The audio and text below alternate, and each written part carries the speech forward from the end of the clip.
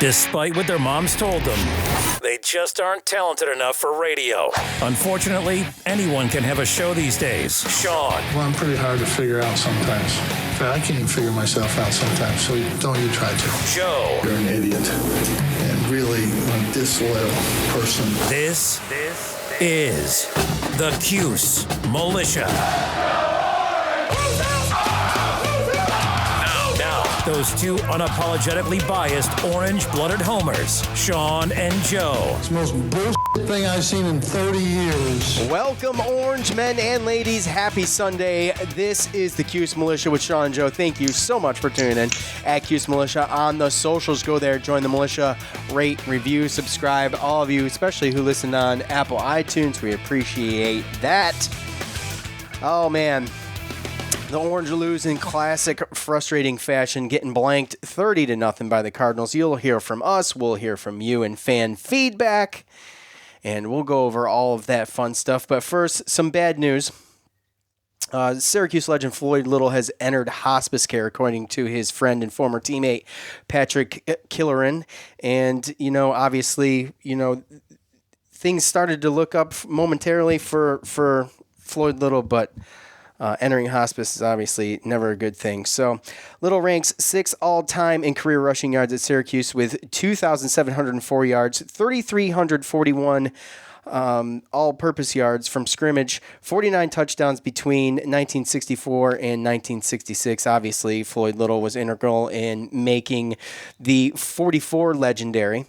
And it goes without saying that our thoughts and prayers go out to him and his family as they enter hospice, a member of both the College and Pro Football Hall of Fame. And when you hear things about Floyd Little, and we'll get all the stories and things coming up, but total class act, a true legend, and someone who was around the program a lot too, recently before he was sick and things like that. So obviously I'm not good with stuff like this. I know, neither am I as well. I mean? So, yeah, it's definitely, he was a big part of the program. He's been around the program.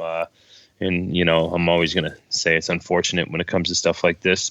So, well, obviously hospice is, that's the last stages. That's, my stepfather went through hospice a couple years ago. And, that's when, that's it. My sister is a hospice nurse. So my stepmom's a hospice nurse. Yeah. Or was a hospice nurse, so. Yeah. So, one of those things. And, I hate bringing bad news, obviously. So, a little bit of good news, though. Coach said in a phone interview, he said they're going to be ready to play next Friday, meaning this Friday. He said our players are fine. They're in great shape. Coach was released from his 10-day isolation this past Friday. As he said, he's 100%. And so we will look forward to, as of now, Coach says the game's going to go. We'll see what happens. Obviously, there's some more testing to go through. We don't know if they're going to be able to get any practice in this week before the game on Friday. But, if they do, you'll know about it, and then that we are good. Just because they don't practice, though, that doesn't mean it's bad. It just means maybe they're taking some extra cautionary, precautions or whatever heading into the game. So.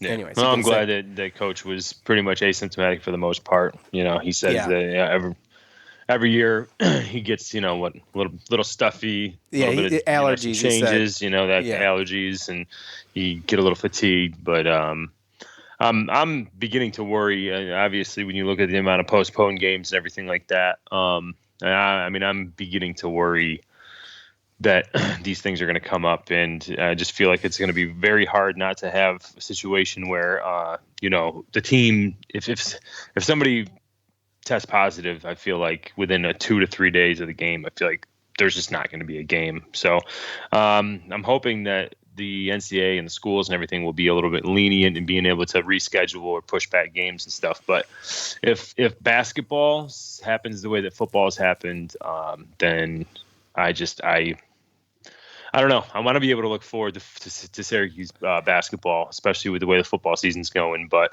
with the flu season and then this time of year, that kind of stuff always happens. Yeah, it's just getting into that time of year, and things are going to be a little bit more touch and go with this, I think, obviously. And we're just going to have to see what happens. I just really hope that our school and other schools can be as isolated from the outside of their programs as possible.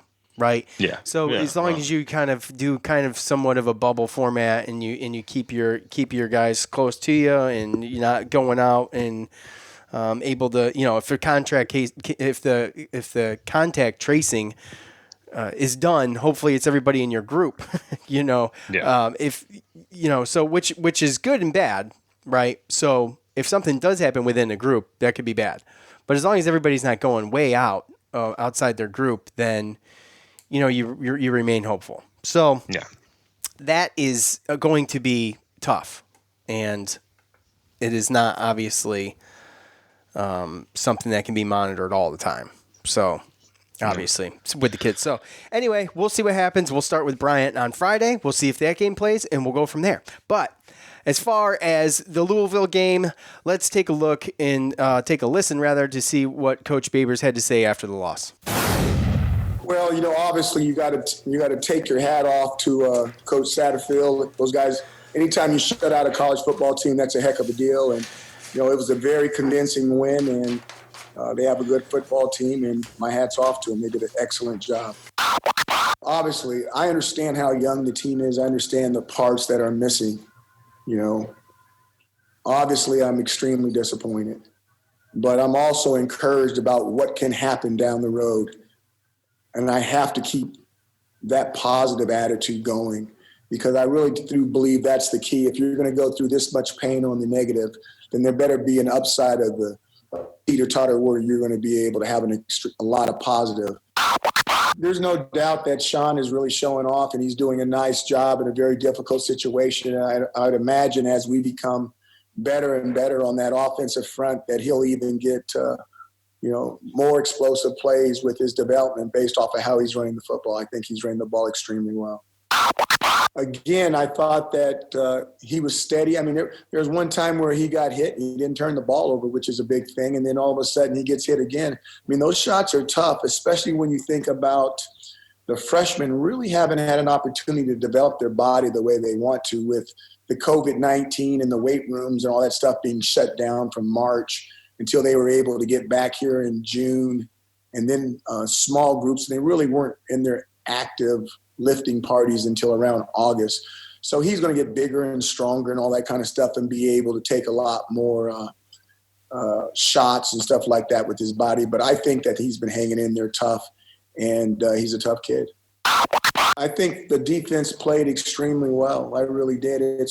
You can't realize how difficult it is to go out there and to play twice as many plays as the other defense does, and twice as many plays than the offense does, and still be able to give that effort. Eventually you're going to break down. And I thought the way they played, the way they handled this offense, based off of what we gave up last year to this offense. Now, they did have two more of their explosive players in the game, the tailback that opted out, and I don't believe that Tutu played as much. I think I saw him in there for one or two plays, unless I'm wrong, but he didn't play that much. But I thought the defense, even though they gave up points, I thought they played well. All right, the Coach Montage is brought to us by our title sponsor here at the Cuse Militia and Armchair Media, and that is Bet Online. Look, it's not going to be easy to get to a game this year, but you can still get in on all the action at Bet Online. Bet Online, they're going the extra mile to make sure you can get in on everything imaginable this season, from game spreads and totals to team, player, and coach and props. Bet Online gives you more options to wager than any other place online. And remember, obviously, I don't need to tell you to remember this. That the basketball season is about to start. Obviously, they're going to have all the props and things for that. There's game spreads and all of that good stuff. You can get in on all of that action at Bet Online today. Head over there and use the promo code ARMCHAIR to take advantage of all of the great sign-up bonuses. Bet Online, your online sportsbook experts. Thank you, Bet Online. Okay, so quickly here, and I will do my best with this. We'll tell you a little bit about what we think, and then we'll get into fan feedback, the good. Now, I know it's very Homer-ish to come here and tell you, well, we have to look at the positives, like Coach just said. And I know it's boring and I know it's tough to do. I know many of you don't want to hear it, but even with a game like we saw on Friday, there are positives. Sean Tucker, he continues to be a bright spot in the offense with 16 carries for 93 yards, 5.8 yards a carry. Garrett Williams, one-handed interception. It was a highlight reel play.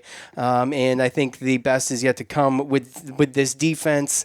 The like Joe likes to say, the bend but don't break defense. Canton R2 with 2 sacks. Very good. By the way, Sean Tucker stats for this year on 98 attempts, 507 yards, and 3 touchdowns, averaging 5.2 yards a carry. The defense did all they could do through much of this game, despite being on the field for 41 minutes and 27 seconds out of 60 minutes, guys. That is insane. That is an insane amount of time to be on the field. A lopsided time of possession due to a flaccid offense. Jacobian Morgan, he never looked comfortable. He looked like a deer in the headlights much of the game. And, obviously we all saw him get that blindside hit and left with an injury. Syracuse never really presented themselves with an opportunity to score. They never even got close. Coming into the game, Syracuse ranked 128th in total offense, and they only managed 137 yards of total offense to Louisville's 413. As I mentioned, 93 of those yards, or 92 of them, was it 92 or 93? 93, I think, were Sean Tucker's. So, the ugly. Veteran guys making freshman mistakes. And Nykeem Johnson fumbled the kickoff return. Aaron Hackett fumbled the kickoff return. Taj Harris, he let a pass go right through his hands on third down that ended up getting intercepted. Syracuse didn't convert a third down until garbage time. They were 1 for 10 on the day. Joe, a frustrating game to watch indeed. We'll put this game in the mirror as soon as we're done with this show, but it is bleak to say the least when you look ahead at the next 2 games to try to get a win as we go to our NC State comes to us, and then we go to Notre Dame to close out this miserable season that was the 2020 Syracuse Orange football. Yeah. I think we've gotten to the point, again, there's a lot of fans that have asked, can it get worse? How much worse can it get, right? They asked it when DeVito was in there. Yeah. And then Rex Culpepper got in there, and they asked it. And now Jacobian Morgan's in there. And again, like we said, it's a situation where we're not going to a bowl game. It's a situation where we have so many things going on that, the smartest thing to do is just try to get younger players experience. Already we're kind of doing it because we have to anyway in certain positions. So that's kind of why I'm cool with Jacobian Morgan starting that game, even though Rex Culpepper was good. We talked about in the preview that Babers was still talking about how there's limitations, and I can only imagine the last 2 weeks just sitting there trying to figure some things out, and just I have to imagine that he wasn't even really being able to do certain things in practice against a scout defense. So it looked very vanilla. It looked when you had 2 weeks to prepare, it's just disappointing. Right. And again, when someone's not ready, 2 weeks isn't going to really do too much all the time. So definitely hurts. And I know that the Syracuse fans don't want to hear it, but I've been really at the point where I'm watching to see improvement, to see what these younger guys have, right, yeah. To see who might step up, to see who's really messing up, and like you said, to just see some of these older guys make some of those mistakes. Like we're not going to have any chance to win. We talked about in the preview how we had to turn them over. Well, we turned them over 3 times, but then we turned the ball over 3 times ourselves. In those turnovers, there was nothing done with them. We just never even had an opportunity. Like I said, Syracuse never gave themselves a chance to score. If they were going to score, it was going to be the defense, or it was going to be Sean Tucker breaking something loose. And that was clear. And this is not a knock on Jacobian Morgan. I'm not a Jacobian Morgan apologist, and I'm not trying to defend my position that I feel like he deserves a shot either. But, dude, guys like Service and, the other pieces that were moved around this week on the offensive line, it was really bad. It was bad. I mean, and I'm not some guy who watches film. I'm your average fan. Even I could see, like, This is terrible. Aaron Service is getting beat constantly. It's been duly noted, actually. I mean, this isn't the first game. And I don't know. And here's the thing. You don't want to bang on a player either because they're so thin there. What if he's got some kind of injury that he's trying to battle through? That's just, you know what I'm saying? So, you don't want to bag on the dude, but that's where we're getting beat. I thought Dakota Davis coming in was going to help a little bit. Right.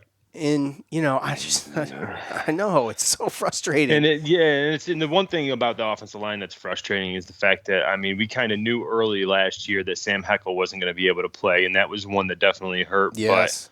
But realistically, I mean, you look at Dakota Davis is supposed to be the left guard and not Elmore, right?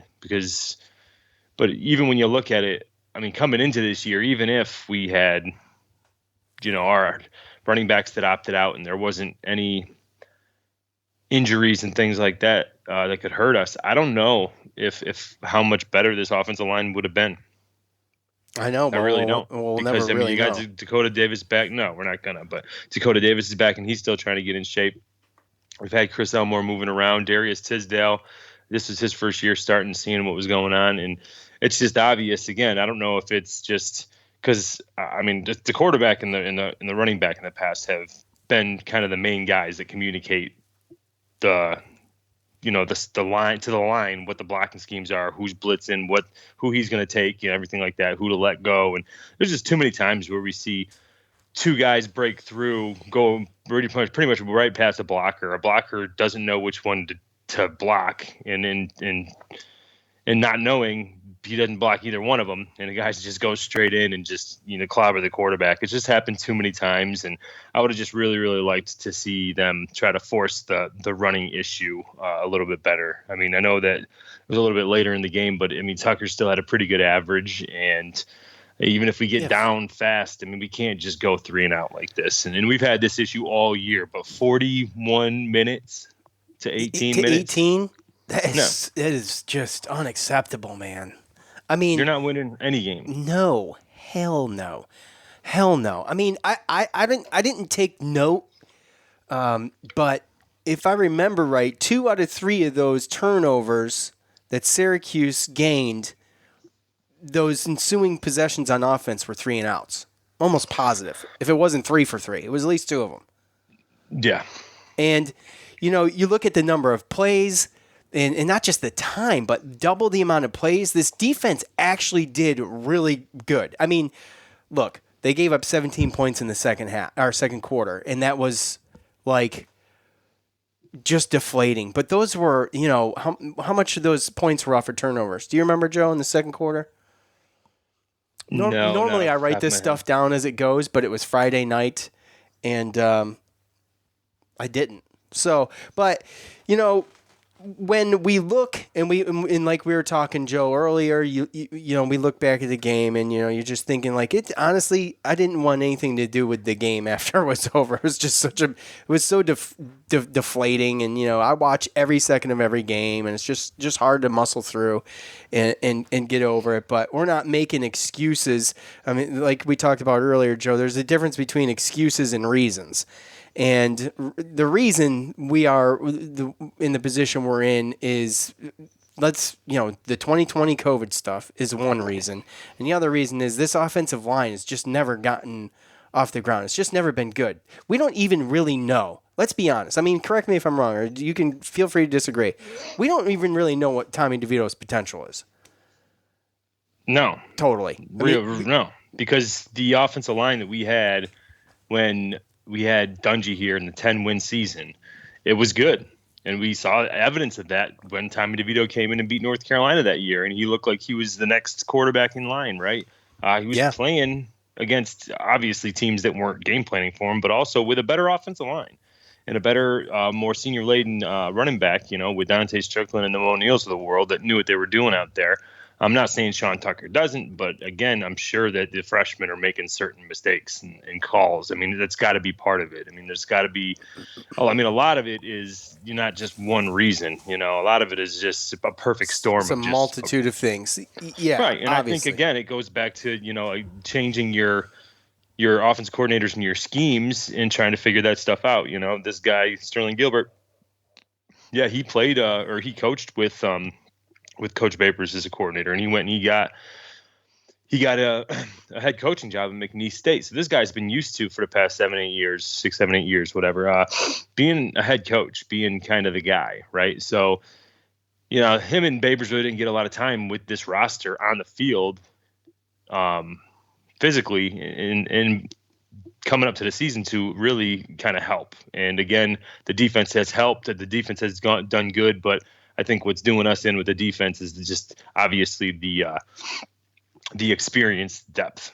We made a lot of changes. We went ahead and we got a lot of freshmen and stuff like that, and we're going to need a little bit of time for him to maybe recruit some of his guys, but we can see that there's some young guys that have some promise. And I think, again, no games this year, I don't think we can blame on our defense. Oh, I agree. I think obviously we don't know how good this defense could be if they don't get wore out in halfway through the third quarter. Right. You know what I'm saying? If we could sustain some drives. Now, you look at the offense and you got the vanilla playbook right now. I feel like the playbook, honestly, though, throughout the year really was never really like extravagant. And I'm not like some kind of offensive-minded person who can analyze all that stuff. I just was never blown away by anything that they were doing. No, and you can't pull out the basics. Yeah, right. Exactly. Yeah. I mean, it puts you in you're pigeonholed, man. You just paint yourself in a corner with this stuff if you can't get off the ground. And we know about all the opt-outs and the things like that. Some of that's excuses, but at the end of the day, it's a multitude of things. And we got 2 more games to talk about. 2 more games. So, and look, yeah, I know. I know the fans don't want to hear it. Right? I know, and that's the hard part about coming here. If you first of all, I've said this 100 times. If you're listening right now, you're hardcore, because no one wants to. And I know people stopped listening. Obviously, I see the download numbers, and right. I see them. No, people probably stopped watching. So. Oh yeah, well I'm sure there's people who just have no interest in watching, and maybe you tune in on a Friday night. Prime time against Louisville. Not some like freaking extravagant team, as Joe says. And they ain't world beaters in any category. Let's be honest. They're just not. We found Tutu Atwell was going to play, and we're like, I was like, man, damn, But he didn't even do anything. Guys, he caught 1 touchdown. But I think he catch? 2? What'd he catch? 2? He didn't have the game he did last year. That's for damn sure. So no, he didn't. He caught 1 catch for 19 yards for 1 touchdown. It was a pretty touchdown. It was a beautiful touchdown. Take his touchdown off the board. He didn't contribute at all. They still get smoked, 23-0. Right. So my point is that Louisville is not some kind of like Louisville looked like one of the best teams in the ACC last night. That was probably our worst game of the year, I think. Well, offensively, yeah. Yeah. We threw 45 yards passing. Yeah. Obviously that's and I hate to beat a dead horse, dude, but when you've got these guys, Taj Harris, Nykeem Johnson, Aaron Hackett. I just point them out because that's where the issues were. But when you got those guys, and these veteran guys can't do enough to hold up to kind of make the difference on the lopsided end of the experience on the field, when they can't do that, then you don't have a snowball's chance in hell if they can't step up and make up the difference for the inexperience on the field. No, and you expect them to, right, Joe? That's what they should be doing. Yeah, obviously that's what you expect, but yeah, that's what you need. You need everything to kind of go your way at this point. And I think we talked about that. I thought that there was going to be a couple things that go our way, and I thought we were going to at least be able to score 2 touchdowns and at least keep it in the realm of covering the spread like we talked about. Oh my gosh, that's another thing. Who would have thought that we would have not covered that spread? It was 17 and a half points when we talked about it, right? Yeah. That's a ton of points. I thought for sure we'd cover. By the way, hold on, Joe. I'm sorry. Real quick. This is why I don't, because I very rarely do I get this positive like I did before this game on our preview. I was very, very sure Syracuse was going to be able to not only cover the spread, but make a run for this win against Louisville at home in Louisville. I thought that I really felt good about it. And that's why I don't get too high because on any game coming up. And what I say is what I really feel. And so if I'm not being, if I'm a little negative, it's just because I feel like things are going to be bad. But when I'm really positive, I was crushed. I thought that they actually really did have a good chance to go in that game and give Louisville a run for the money. Well, yeah, let alone throw up a goose egg. Oh yeah, I did not expect that either. Of course, right. And to be perfectly honest, it was literally Louisville had a week to look at one game film of Jacoby and Morgan and figure him out, our kind of vanilla playbook, and it was obviously up to us to be able to in 2 weeks install some things that Louisville wasn't going to be ready for that we'd be able to do, and it did not look successful. So just obviously that's pretty much what happened right there. Just a lot of confusion. A lot of, the penalties. I think it was 8 penalties for almost 70 yards or something like that. So, anyways, unfortunately, to be realistic here, it's not going to get any easier. NC State just pulled out a grudge match. They're not, they're a team I was kind of high on in the beginning of the year, but they just pulled out a grudge match against Liberty. They're going to be coming into the Dome. And they're going to be high off of that win still, I'm sure. And I don't know how much that means, if anything. But I just feel like, what's the switch for Syracuse? I just don't. Right now, I don't see it. I just want, I had a buddy of mine text me the night of the game. He had asked me before the game what I thought, and I told him. And obviously, I was totally and completely wrong. But he texted me when the third quarter was ending, and he's like, "Dude, you got a whole nother quarter of this." And he's not a guy that's going to call me and bust my chops or anything. That's not what he's doing. But he felt terrible. Yeah, he felt bad. He felt bad for the quarterback. He's like, "Dude, they got another quarter of this. This is not good." And I'll tell you what, when the third quarter ended, I was like. And my wife said it too. She's like, "This game is still going on?" I'm like, "Yeah. 15 more minutes left of this. 15 more minutes left." So anyway, yeah, it was tough. We didn't have a drive over 7 plays. So I mean, So I mean, 1 for 10 on third downs, and the one you get is, I think, was it Dylan Markowitz right at the end of the game? Yeah, it was like. Was it Dylan Markowitz or Rex Culpepper? I can't remember, but it was right at the end of the game. I think it was a Sean Tucker run, and you convert 1 for 10 on third down. Cooper Lutz. Was it Cooper Lutz? Okay, all right. 3 plays punt, 4 plays punt, 4 plays punt, interception, 6 plays, loss of downs, end of half. Fumble, punt, loss of downs, end of game. And that's just... Well, there it is. The 7 play drive was when we were already losing, by 30. So what were you thinking, Joe? Because you were behind, so I didn't get to talk to you during the game because I didn't want to bug you because you were way behind. Well, I'm not going to lie to you. Yeah, I was way behind, and you hit me up with that, early. So I just thought that it was kind of early, and then you didn't hit me back up. So I was thinking, maybe we're coming back. Maybe it's not as bad because I usually, assume that people are going to hit me up, not just you, Joe Pasick. Some other people hit me up during the game, but it was early, and then it kind of went quiet. So I was thinking, maybe we do something here. Well, I just left you alone because I knew you were behind. By the way, my text I was wrong. My text was, "This game is my balls in a blender." Yeah. So not good, but no. I mean, again, there was a bright light to me was the defense, being able to watch those young guys, the Garrett Williams interception. I mean, we had talented kid, man. Talented 12 tackles for loss, 4 sacks, 2 picks, and fumble recovery. So again, I like the youth, and I like the fact that they can still make plays and do what they need to do to hold their own to win games, but obviously they've got to figure this offense out. They've got to figure the offense out. They got 2 games in an offseason to do it, and it's got to get done. It's got to get done by next year. If this goes this way next year, last year there was no COVID-19 last year, if I remember correctly, right? I'm old enough to remember there was no COVID-19 last year. Okay? We still had major troubles on offense. Tommy DeVito, if I'm not mistaken, started every game. Correct? Yeah. Okay. So, and again, too, I mean, there's that, but there's also the fact that we have to look at we're playing a 10-game. Yeah, well, we're playing 10-game conference schedule.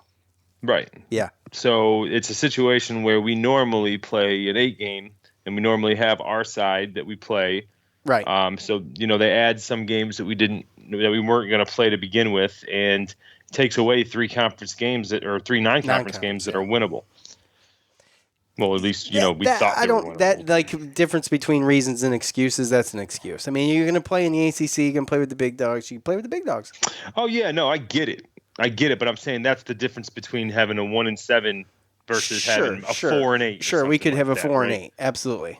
Right. Or a 4-7 this year, right? There's 11 games this year or whatever. Right. Yeah. Right. Yeah. So it would have been a little bit differently. So again, I mean, I'm like, that's like, this year is just that. And I guess what I mean by that is that this is just that's another example of how this year is just an unprecedented year. And it's very hard to kind of look at the expectations this year and what's going on this year and compare it to any other normal year. I agree, which is why I brought up last year. So we will see. We will see. We got 2 games left. We're going to head into those games with completely understand if you don't listen or watch. Completely understand. And trust me when I tell you that this is no fun coming here. I have had my buddy last night. It's like, you going to do a show on this? And I said, yeah, we are. We don't miss a show. Can't forget about the fans, right? Yeah. Well, look. I mean, look. It is what it is. We are not. We are not exceeding expectations, and we're probably right on par for how this thing started. The trajectory you saw it on is what it is. This was the last winnable game, in my opinion. We will see. It's time to hear from you. But first, we are going to hear from the good folks over at Bet Online. As I mentioned, you might not be able to get to a game this year. In fact, hold your breath and just be lucky if we can watch games on TV. But you can still get in on all the action over at Bet Online. Bet Online is going the extra mile to make sure you can get in on everything imaginable this season. From game spreads and totals to team, player, and coaching props, Bet Online gives you more options to wager than any other place online. Head to Bet Online today. Use the promo code ARMCHAIR. Take advantage of all of the great sign-up bonuses. Bet Online, your online sportsbook experts. Thank you, Bet Online. Now, look, it's the holiday season, okay? Do your boyfriend or your husband a favor, okay? Maybe you've been beating around the bush. Yeah, you see what I did there? Maybe you've been beating around the bush and not telling them, you need to, fix this, okay? Well, look, I've got it for you. It's time to gear up. Go over to Manscaped.com, the Perfect Package 3.0. This is the revolutionary Lawnmower 3.0. It's proprietary advanced skin-safe technology. So this trimmer cuts, but doesn't. So this trimmer cuts on your nuts. Oh. Is that a line I've not used before?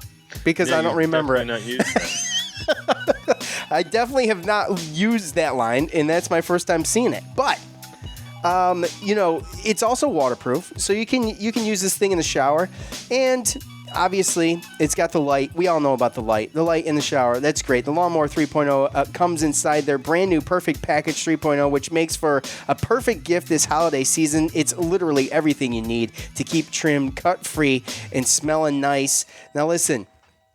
No one likes the snags. No one likes the snags. No one likes to stretch everything in certain ways so you don't have issues. The Perfect Package 3.0 it also includes the Crop Preserver. This is the anti-chafing ball deodorant and moisturizer. And also, the products smell good. The cologne, I've mentioned it 100 times, manly scent and is attractive and will help set the mood, if you know what I mean. The perfect package will also come with a pair of Manscaped boxers that'll keep your junk feeling fresh all day. It's time to upgrade those used pair of boxers to Manscaped boxers. High performance, anti-chafing.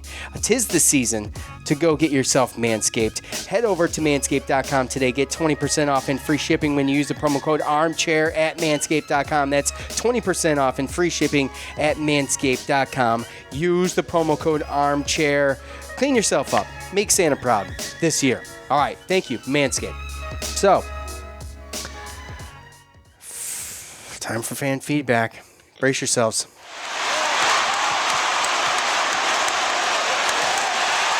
It's time to hear from you, the loudmouths from the Loud House. All right, you guys know the deal. At the end of every game, I ask you for your thoughts. You go there, you look for that post, you give your thoughts at Cuse Militia on the socials. As you well know, I'm going to start with a little bit of Facebook. Greg, first game I've watched this season. Greg, what are you doing? Look, I get it, but come on, man. It's worse than hearing about it, how bad this team is. Well, that was a bad one. That was not the best game to watch, that's for sure. So, our boy Tim, Dino's return trip ticket should be canceled. Excuses, blah, blah, blah, opt-outs, parentheses, quitting. This S is just awful. Look, Tim not one to sugarcoat things, okay? And, he's sick of the excuses. Yeah, absolutely. He's sick of the excuses, and I don't blame him. This is kind of where, this is, I knew these were going to they get worse than that too. But I knew this was going to be a lot of the response. Look, I'm with you. I'm sick of the excuses too. I think Friday's performance on offense was completely unacceptable. Not only disappointing, but completely unacceptable. Like, we're playing D1 football. Louisville, not exactly, world beaters. I can't stop saying that because I don't know another word for it now, Joe. So yeah, I know. Realistically, as bad as it sounds, as bad as it is, I think our offensive line was worse last year. It makes it feel any better. But yeah, no, I get it. There's gonna be fans that just aren't cool with it. I don't know. When I look at expectations, that's kind of what I look at. When you start the year off kind of behind the eight ball with some of the stuff, and then you lose some of these other guys, and the other guys get injured, and people keep going down. Like, I get it, but if you've noticed, like, people don't. Well, DeVito's not. Well, why did you think DeVito was in there?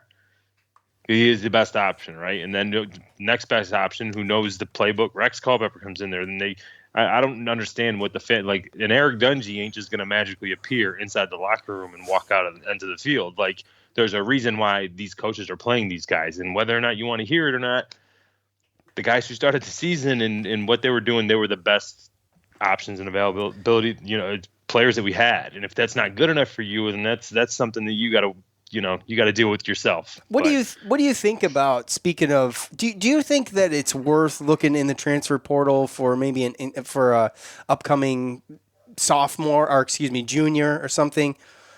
Do you think it's worth the look? Do you think that's a possibility? Do you just think that they just go ahead and stick with what they've got and work on this offensive line and stick with Tommy DeVito in there next year? I mean, how do you see it? Because honestly, it's really kind of it's very convoluted. Cause you know what I'm saying? It's like, what do we got, and what is the potential there? Right. It's just confusing, man. I don't know if we've seen the best of Tommy DeVito, like I said, at the beginning. Yeah. Well, I mean, again, we obviously need to worry about strength and conditioning and getting some of these younger guys up to speed because they're obviously getting experience and everything. But as far as Tommy DeVito goes, and you spoke about it earlier, if he's our quarterback, that's fine. But I think that there's no doubt in my mind that we need to try to hit up the transfer portal as far as defensive line and as far as anywhere on offense, and even if that means at minimum bringing some guy in that can kind of give DeVito a run for his money, or give somebody on the offensive line a run for the money. You never know if it's just a situation where we have such lack of depth and experience that these guys just know that they don't have to really, they don't got anybody chomping, right at their heels, like just chasing them or trying to take their job. They just don't have that kind of depth. So even if it's bringing in some transfers that are going to push these guys to be better and put some heat on them to have to perform, or else they're going to get, because I mean, as it is right now, DeVito wasn't getting subbed out unless he got injured, and you know that. Oh, absolutely. Well, for the reasons that we've said before, and you just reiterated, he's the best option we had. I mean, I never thought that he wasn't. But, we see a lot of lackluster performances on offense, and people want to see a change. That's just human nature. Yeah. But the guys are so young. That's the number. I just don't think that's the number one. I mean, at this point, we could have Eric Dungy or a borderline NFL quarterback on our team. And with these receivers and this play calling and this offensive line, it ain't going nowhere. It ain't going nowhere. Yeah, that's exactly where I'm at. At Debbie × on Twitter, I'm very excited to have Garrett Williams next year. She don't know, man. She's just trying to be positive. I totally agree. The dude's a stud. He just come out of nowhere one game. I don't remember what game it was, but the dude's a stud, and he deserves all the credit for everything he's done this year. And I mean, just can you imagine him in a couple more years? Like that's something to look forward to. Well, they had Trill Williams at cornerback, right? I think we all thought coming into this year that Trill Williams is going to be the by default new starting corner, replacing Christopher Frederick opposite Mel Fuanu.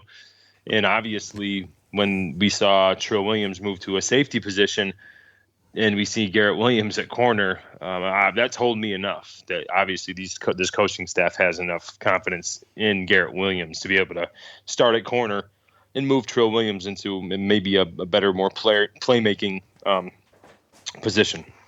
Yeah. At K Nabiwaniak, he says, I know they don't want both freshman QBs to get hurt, but I would have liked to see Markowitz play more instead of putting in Rex. Also, who's big old number 45 on our defensive line playing in the second half? Kid was all over the place. That is 5'11", 280-pound Kevin Darton, okay? Never heard the name. I got to be honest. I went and looked him up for you. Big kid, had 2 tackles, and yeah, he was all over the place. So good on him. Look, probably playing against the backup offense. But. Well, sure, but he was, whatever. Of course, there he is. There he is, Joe. Just come pop everybody's balloon. Perspective. The call for, I know the call for. I think Markowitz. You knew when he came in, he was going to hand the ball off. And it was what it was. And, I don't know, by the way, Jacobian got hurt on him, just completely missed block. Right, Joe? Yeah. I mean, it was just bad offensive line play. He got freaking blown up. It was Cervais, too. Yeah, and it's on him. So, that late in the game, getting blown out like that. The senior can't...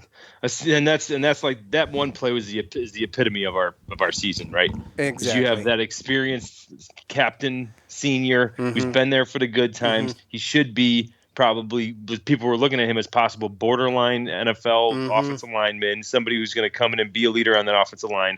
And you can't let that happen to a true freshman. No, I mean, you gotta be, that's gotta be your, obviously it is your number one all the time, but when you got a kid like that in there, man, you got to be extra knowing what the hell's going on. And like I said, I don't want to bag on Service. I don't know if he's got something going on, if he's fighting through something. We all, we don't know. At Drew Cuse, fire the entire offensive staff. And, that's easy to say, but that puts us in the same place next year.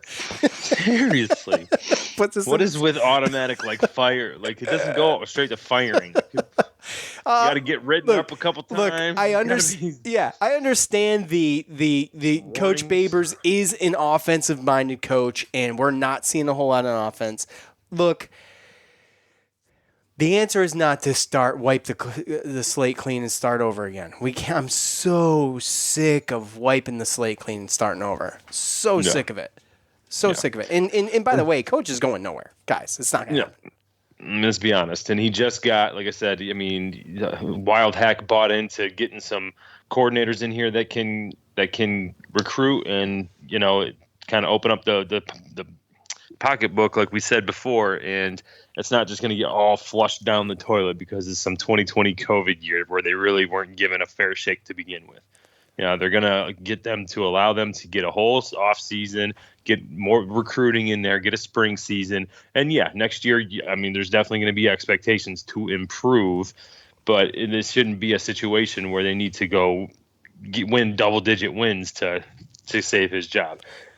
At Matt_Sherman52, I just want something to get excited about at this point. I feel like that will come for me in the NFL draft, watching Trill and Cisco, and on National Signing Day. Hopefully we can move the ball against NC State. Look, I mean, NC State played good defense this weekend. So, so I don't know if that is possible. I think NC State, I've been kind of big on NC State all year, and I think that they're, for kind of a mediocre team, they're one of the better mediocre teams, I guess, if you got to rank them, in my opinion. I think they've got some talent on that team. Yes, they definitely do. Good running backs. They're probably going to run over 200 yards. I mean, it's going to be tough. It's going to be tough. It could be brutal. The next two games, guys, just prepare yourselves. I'm going to be, I'm just going to be honest what I think. And I think it's going to be bad. The best defense that we're going to play all year. Notre Dame is going to freaking mop the turf with us. I don't even know. Do you even throw all your starters in if you're Notre Dame heading to an ACC championship? I mean, our defense can hit. I mean, we can get to the quarterback. Yeah. Might not even be a risk. Yeah, I mean, we'll just have to see what that, because if this defense just held us to a there he is goose egg, there he is. If this defense is going to hold us to a goose egg, then Notre Dame definitely has a chance for sure. Yeah. So. And as far as Matt, as far as you want something to get excited about at this point, I feel you, dude. Matt is one of the more positive people on Twitter and Facebook and stuff, by the way.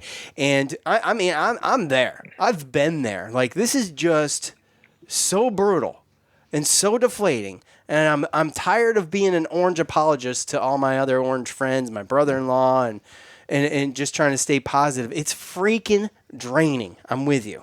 Yeah, well, I don't think that we do. I don't think that's not your job to do. We went into this season, we had a conversation with Tyler about it. And at the end of the day, and everybody's a little bit different, but I still would rather have football than not have football. Oh, absolutely. We talked. Would you rather have football or would you rather go 0-11? I said, would you rather not play football at all or have football and go 0-11? I said, let's have football and go 0-11. Well, here we are. 0-11. Well, here we are looking at going 1-10, seemingly, right? So, and I'll take it. That's not the same thing. Huh? That's not the same thing. They won one. Yeah, I know, but here we are. We got one. Okay, that's even better. So, but it's better than 0-10. It's better than 0-11. Sure. Go So right. Hey, and I'm with you, dude. I'm still there. After seeing what I've seen and knowing what I know, I'm there. I'd still rather watch Syracuse football. Yeah. I don't know. Maybe I'm a glutton for punishment. You just got to have your expectations, right? Yeah. You got to be able to, again, there's a lot of people that can't look past the right now, the instant gratification. We need to be a winner right now. I can look past that. And I know that a lot of people are like, oh, well, we've been waiting and waiting. And we just had 2 years ago, we had a great season, 10-win season. I loved it. Yeah, we're only 2 years separated from a 10-win season. Yeah. So. Yeah. So that's what it is. That 10-win season isn't going to be every year expectation. Right. It shouldn't be. All right, Daryl, top fan Daryl on Facebook. Sean Joe, I completely understand how bad this loss looks, but I still believe that we're going to be getting better next year, although something has to be done about our offensive line. I understand the 2020 season, but the O-line is getting our QBs absolutely killed. Head coach Babers needs to figure out the O-line, or after next season, maybe we need to look in another direction. I know with COVID and university's financial situation, it's tough, but can we continue to lose like this? They are not going to look in another direction. We'll see what happens next year. I don't believe. Look. Can it get? You have to always say, can it get worse? Yes, it can. It can get worse. But this past Friday, we all figured that out. Right. But going into next year, I think we are going to see a different football season. I don't think we're going to be in the same place we were this year, coming in the middle of trying to start this thing during a pandemic. Okay, that's one, and I keep going back to that. It's not an excuse; it's a reason. And obviously, Syracuse just didn't have the talent this year to be able to make up for it, because there's teams that do have the talent. Pittsburgh being one of them, just destroying Virginia Tech, and got a number of players out, a number of starters out. And they're able to overcome this adversity. They've got the players. It doesn't look like we have the players. Okay, we've got a really good recruiting class coming in, Joe. We got a lot of freshmen, some burn this year. It's got to be worth something going into next year, right? I mean, if you want to be optimistic, I mean, it's what you look for. That's what you look at, right?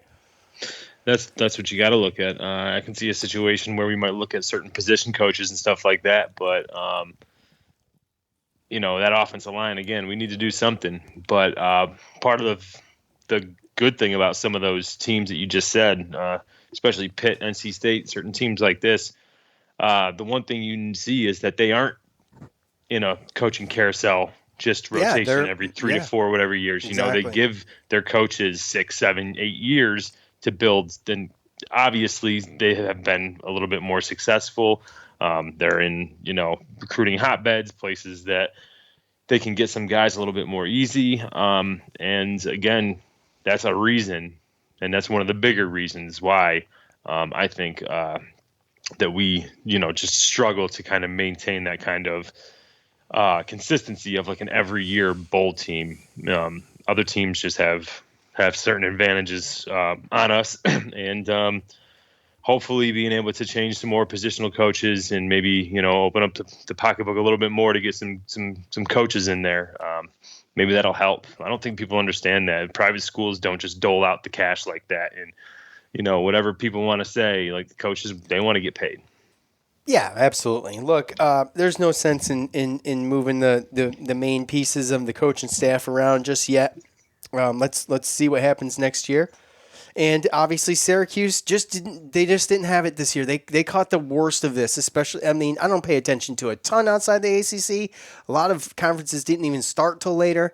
I don't know if that was an advantage or disadvantage, but because Syracuse was kind of thrust into this thing kind of early, but at the end of the day, it is what it is, and you have to roll with the punches. In Syracuse, they just didn't. So, well, and part of that too is that it's like there's these other these teams, some of these teams, like they're rolling with the punches, but it's like maybe a week here, a week there, because if you look at a lot of these other teams, it's a lot of that stuff, like you said, Virginia Tech, Pittsburgh, that's COVID stuff. Yeah. We've been really good. Syracuse has been really good with COVID stuff this year, right? Excellent. Yeah. So it's been the opt-outs, it's been the injuries. I think COVID affected us more or less, like we talked about, not being able to have the spring in the off season and being in person. That's where that hurt us. Mm-hmm. But we just have basic overall players left because we changed certain schemes and changed certain coaches, and we get the opt-outs, and then we get the players that got injured to begin with. So we've gotten hit all over the place in all different angles. How do you turn a 30-0 loss into an hour-long post-game show? No idea, but we're doing it. Let's move on. Zach, top fan on Facebook. Our buddy Zach. It sucks But this season was doomed from the get-go, Joe, to piggyback on what you just said. The schedule change was huge. The lack of spring ball was huge. Crazy how if you don't have an offensive line, the domino effect cripples the entire team. If we had a semi-competent offense this year, our D wouldn't be riddled with injuries and gassed every game. I think if you fix the O-line, the team looks completely different, but I am troubled by the lack of development in the veteran players. But there's a ton of great points here, Zach. I must say. This is why I'm reading the whole thing because it's long. I do question Dino and Gilbert's decision-making on the offensive side. White is a hell of a coach and shows he has his side of the ball prepared. I don't understand why it can't be the same on the offensive side. You just encapsulated most, I'd say 85% of Syracuse fans right there. And, and that's why I read that one all the way through. And normally I wouldn't, but Zach, good job, man. I mean, I'm with you. I don't know if there's anything I disagree with or question in there. I think it's all stuff that we've talked about before, that we've talked about during the show. And obviously, White is doing a great job with the defense. I mean, he really is. He's doing a fantastic job with this defense. And, you know, I think the defense is only going to be better next year, guys. That's like you want to look at the silver lining. You know, you guys, I know many of you are sick and tired of me saying it, but the defense is going to be good. And they've got to figure out the offense. Like I said, they got 2 more games in an entire offseason to do it. And like Joe said, you know, you need to look in the transfer portal and look at what positions need to be filled, and they really need to work on that. They really do. They really should. I know it's just a Band-Aid, but you got a good, like I said, you got a good recruiting class coming in, and it'll be a good Band-Aid. It will be a good Band-Aid to put those players in. Yes, exactly. So it won't be a waste of time, is what I'm saying. Jeffrey on Facebook, they're a waste of freaking time. Do away with football for them. Yeah, no, not gonna happen. But we got a lot of that. I thought I would go ahead. All right, at Baptized by Fire 75 on Parler. I don't understand how this staff can have such a horrible offense. Don't say to me it's a freshman QB. The offense sucked with DeVito. Aaron Service should give back his scholarship from this season because he has gone from captain of this offensive line to the worst. Is he hurt? And that's my point. And he goes on. It's frustrating. It's sad. And he loves Dino, but he doesn't know who to blame. And, you know, to your point, is he hurt? I don't know. Because there's got to be some kind of reason why he has given up some of the blocks that he's given up. And I don't know what the answer is. And I don't want to beat a dead horse, but some of it's miscommunication. You got to be on the same page. Yeah. Well, we've talked about the cohesion on an offensive line and how much more that means to the offense than it does on the defense, right? How everybody has to know their game plan and be, you know, in their position doing what they need to do. Right. I mean, pretty much, yeah. That's how football works overall. At Kathy Eddy, look, both lost balls on kickoffs were a result of helmet-to-helmet hits. Our offense is so stagnant. I don't know if they were helmet-to-helmet hits, but I'm not sure. But anyways, even if let's say they were, it wasn't enough to look at either one apparently. So. You know, those are veteran guys making freshman mistakes, like I said, and it's unfortunate. I think those guys need to step up. If veteran guys don't step up, what you see is what you get, and I think that's where we're at right now. There's not enough time. We haven't seen much improvement up to this point. I don't think that it's going to improve any significant. It's not going to move the needle significantly in that direction. Playing NC State and then playing Notre Dame either. So one more home game, and we will be back to tell you what we think about NC State coming into the Dome. Other than that, we're just going to push through. We got Syracuse basketball hopefully happening this week. Friday again. Can't wait for that. Let's just pray that happens. Thank you to all of you for tuning in. I want to thank BetOnline. I want to thank Manscaped. For Joe, I'm Sean. We're out. Peace.